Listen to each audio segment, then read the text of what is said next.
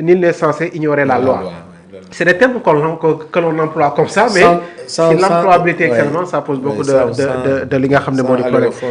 Voilà fekkoon nga si aussi ñuy waxtaanee lu jëm ci mbirum Major Kandji moom it xam ngeen ne boobaak léegi mi ngi am lekk wàllum yoon ci ab dossier boo xam ne ça date depuis 2018 ñu doon ko toppee lu jëm ci wàllum escroquerie, association de malfaiteurs, faux usage de faux.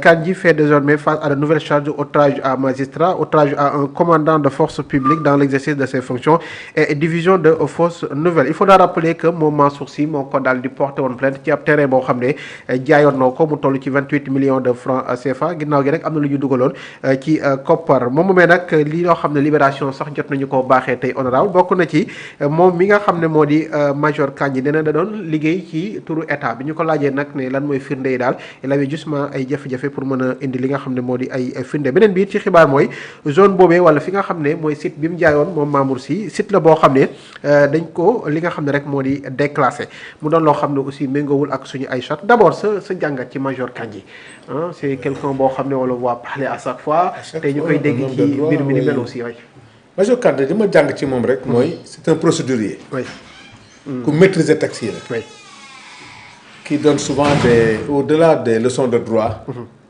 mais des leçons de prévention et des leçons yoo xam ne surtout ni muy manipuler le code pénal da ngay xam ne maîtriser na ko donc c'est un praticien du droit et quelqu'un qui a enseigné, quelqu'un qui est formateur.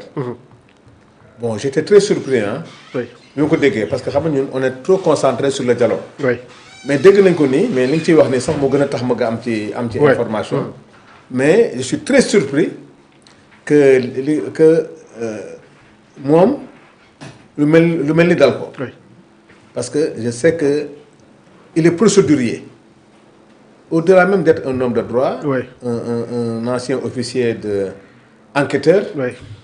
Donc, bu duggee ci détails yu mel nii je me suis dit que bon il y a quelque chose qui a flanché. Qui a flanché. yaa ngi maa ngi dégg nga ne Mansour Sy oui moom moo ko porté plainte. ban Mansour Sy la. non c'est un commerçant. un commerçant d'accord ma foogoon ne Mansour Sy. donc un commerçant bon mu xam nga problème foncier. gis nga ak ku munti doona boo jegee pouvoir. wala ngay liggéey ak pouvoir. wala nga nekk maire. nanu moytu le foncier. le foncier est très compliqué gis nga bombe sociale du Sénégal. mooy le foncier. qui s'y frotte s'y pique. qui s'y frotte s'y pique. loolu moo tax wax dëgg yàlla bon Major li ma koy souhaiter mooy mu am preuve yoo xam ne. dina ci mën a génn quoi. parce que maa ngi dégg nga naan. non mu ngi ci contrôle judiciaire sax bàyyi nañu ko oui comme ça qui se prépare par rapport à sa défense. oui mais honorable un major de la gendarmerie quand même koy laaj tout à l'heure. non élite. major bi ma ko déggee. il faisait partie de l'élite de la gendarmerie. justement. donc c'était parmi les grands cadres de cette corporation. oui mu man bu doon yeneen problème la mais litige foncier man dina ma jaaxal trop naka na mën a duggee ci piège boobu.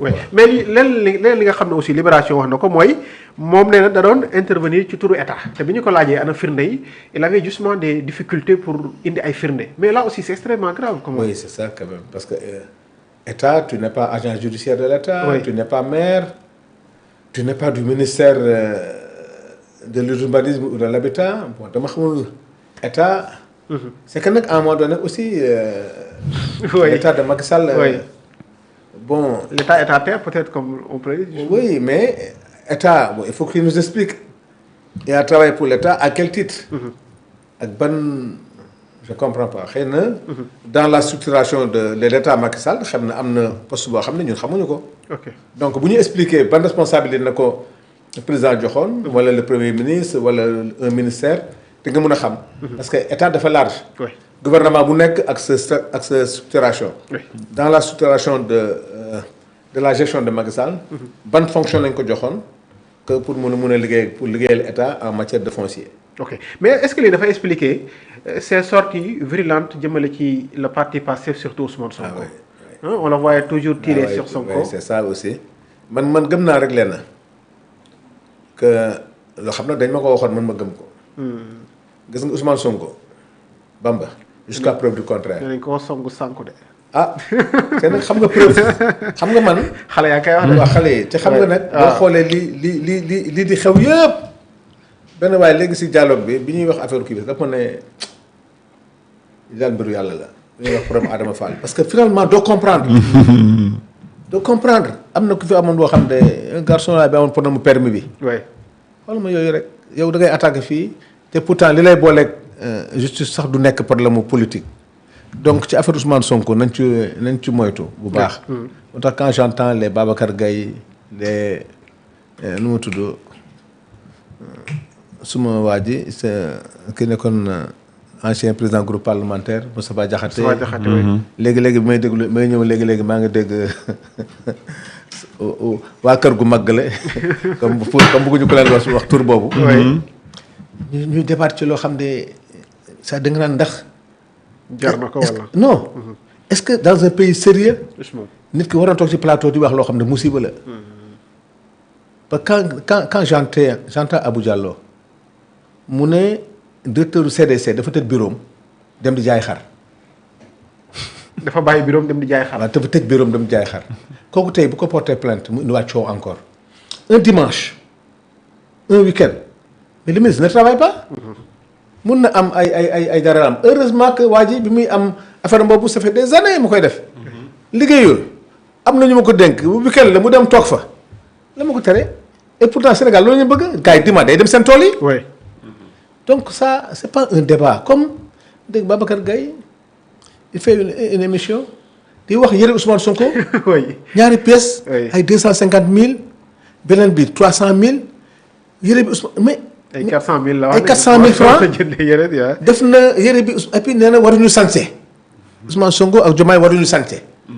war nañ changer yëre mais sans santé mais ça veut dire que et puis ñooñu ñoo wax ne gérer nañu état c'est des ñu tuddee leen homme d'état ils sont dans des faits divers boo xam ne xale bu koy xool da lay retaan danaa ne yow kii ban genre mag la ban genre kilifa la que tu vois man wóor na ma ne yëre bi muy sol jëriñ bi muy sol bi ngay sol. mais c'est-à-dire. tu vois jusqu'à Sénégal ñu tombe à un niveau. et puis pourquoi ñu tuddee leen homme d'état moi c'est ça qui me heurte un homme d'état qui parle de détail yére bi Ousmane Sonko sol première pièce bi 250 000 troisième pièce bi te yëpp c'est des tenues africaines que les gens apprécient nga ne président warul santé. man xaw ma luy santé ak solo man entre santé ak solo quand président. on n'est pas des misérables quand même. Des fois tu poses des questions est-ce que ñii ñooñu doon jiite vraiment. on exige à l'Assemblée nationale tenue correcte cravate.